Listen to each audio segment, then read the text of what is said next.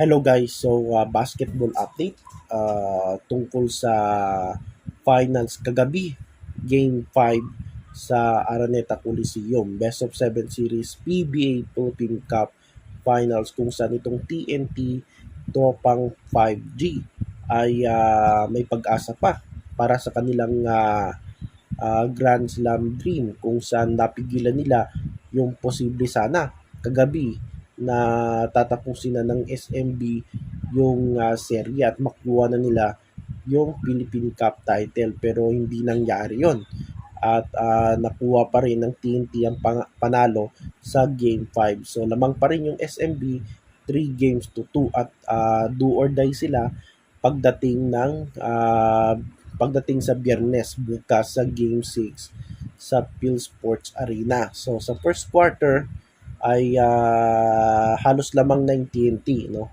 27-20 pagdating ng second quarter, end of first half lamang sila ng 10, 41-31 pagdating ng third quarter. Umabante naman yung San Miguel Beermen, nais nilang makabalik after 10 puntos, mula sa 10 puntos sa end of first half. So nakadikit itong SMB 59-53 pero pagdating ng fourth quarter ay na-maintain naman ng TNT yung kanilang kalamangan hanggang sa nanalo sila 86-78. So 8 puntos ang kalamangan ng TNT Tropang 5G. So sino ba yung nanguna dito sa TNT Tropang 5G? So wait guys.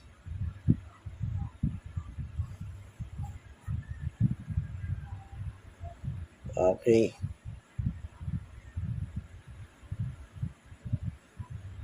Wait guys ta. Ayan. So sa TNT, nanguna itong si Brandon Ganuelas Rosser with 18 points. Kel Williams, 14 points. Gayon din itong si Calvin Octana at si Jordan Heading, 13 points sila. RR Pugoy, 11 points. Almon Bosotros, coming off the bench with 11 points. So, siyam na player ng TNT ang ginamit ni Coach Chot Reyes sa Game 5. Dito naman sa San Miguel Beermen ay ano ba ito mga ads? Wait guys ha.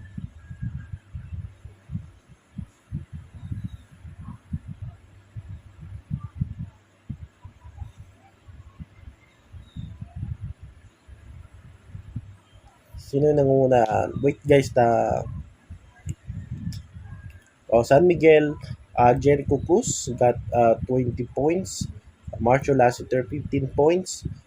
Junmar Pardo, 13 points. So, apat, anim, 10 players ang ginamit ni Coach Leo sa Game 5 ng San Miguel Beermen.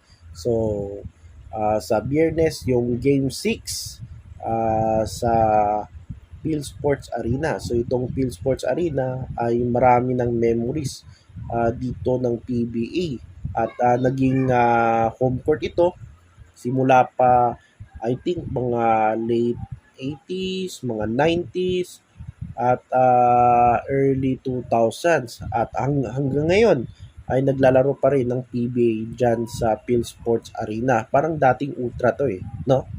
At sa ngayon parang bihira ng sila naglalaro, no? Yung kanilang game venue diyan sa Phil Sports Arena. So ngayong dahil 50 years na itong PBA, yung Game 6 ay gaganapin diyan sa historical na Phil Sports Arena. At yung TNT parang do or die na nila ito, no? Kasi kapag nanalo ang San Miguel ay tapos na yung serye kasi lamang pa yung San Miguel 3-2. So malalaman natin sa Biyernes sa Game 6 kung i-extend ba yung TNT yung serye at may pag-asa pa para sa Grand Slam title at kasi kapag nanalo sila tabla na at i-extend nila up to Game 7. Pero pag itong San Miguel Beermen ay nanalo sila at tinapos nila yung serye at makukuha na nila yung at may babalik na sa kanila yung Philippine Cup title. So abangan natin bukas sa PhilSports Arena Game 6 ng TNT versus San Miguel Beermen. So yan ang basketball update sa araw na ito.